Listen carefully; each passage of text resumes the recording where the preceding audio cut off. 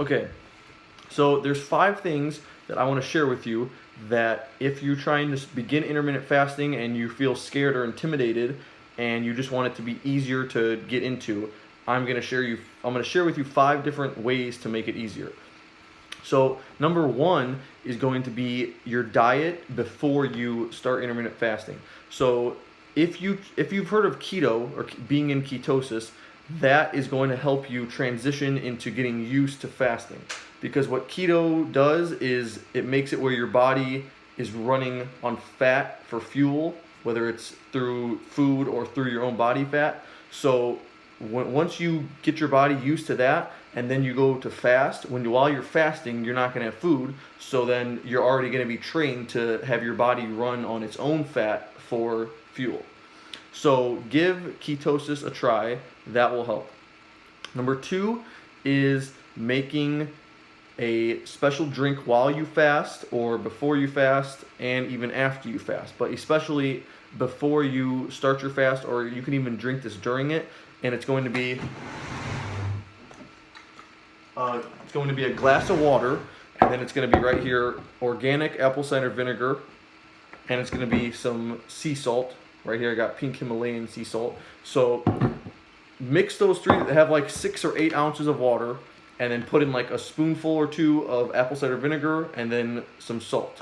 So drink that. That's going to help you a lot during your fast. It's going to make you feel more full, and it's going to keep your sodium levels where they should be, because you need some sodium when you're not eating. So that's going to make a huge difference. Then number 3 is also another drink, and this is just going to be drinking some coffee or some tea while you're fasting. And so with the coffee, if you have trouble drinking regular, like hot coffee, if it hurts your stomach, because normally that's what happens to me a lot. So if that happens, then what you can do is drink cold brew coffee instead, and it's more expensive, but it is a lot more smoother, and it makes it fasting a lot easier. And so then you could also drink green tea or black tea or whatever kind of tea, as long as it's not like a fruity type of flavor. So green tea or coffee, either of those are both fine. Then number 4 is going to be experimenting with different fasting times. So like if you've never fasted before, the most common method is 16-8, which is where you fast for 16 hours, but that might be too much for you to handle on your first time. So start with like 12 hours. 12 hours is pretty easy, because you maybe even have done that before on accident. So all you're going to do is just drink water, coffee, and tea, and maybe apple cider vinegar for 12 hours, and then that'll be your fasting period. Then 12 hours is easy to get used to, and really once you do 12 hours, 12 hours is when the fasting actually starts. All the benefits kind of, then you're in a fasting state when you hit 12 hours. So do the 12 hours first, then maybe work your way up to 16 hours. And then you can start, and then once you get used to 16, maybe it'll take a week or 2, then you can start experimenting with 20 hours, 24 hours, and I don't know if you need to go more than that. But 16 hours is a great place to that's a good spot to work up to. So start small with 12 hours and then work your way up. So don't scare yourself too much with charging into a giant fast you're not ready for. Then number 5, the last one, is going to be how to break your fast. And so this is going to be to kind of make it where your digestive system gets relief, and it gets protected again how it was, because your digestive system becomes like it kind of goes dormant and it stops when you're fasting. So what you're going to do is you're going to break your fast with bone broth. And bone broth is one of the best things you could break your fast with, because it has lots of protein in it, and that's going to help strengthen your digestive system. Then either right after you have the bone broth or in place of the bone broth, another great thing to do would be to just have some lean protein like chicken or turkey. Have a little bit of that. That's the other part, is when you break your fast, the first hour of breaking your fast, make sure you don't eat a lot. You want to have a small amount.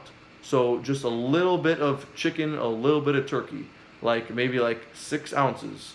because if you put too much food in that first hour, you're gonna get sick, and it's gonna make you probably bloat, and it's not gonna work good.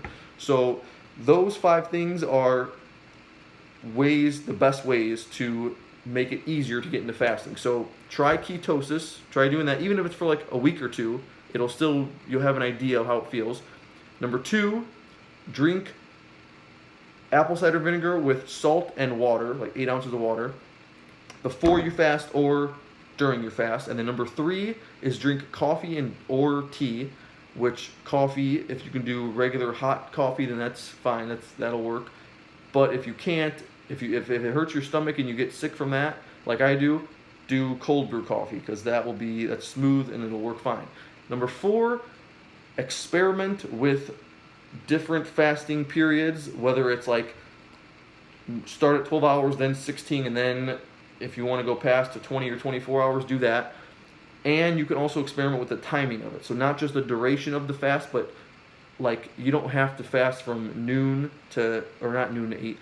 You don't have to fast from 8 p.m. to noon the next day if that doesn't work for you. So adjust it to whatever time schedule works best for you. As long as you're going, let's say 16 hours without eating, you're just having water, coffee, and tea, then that's fine.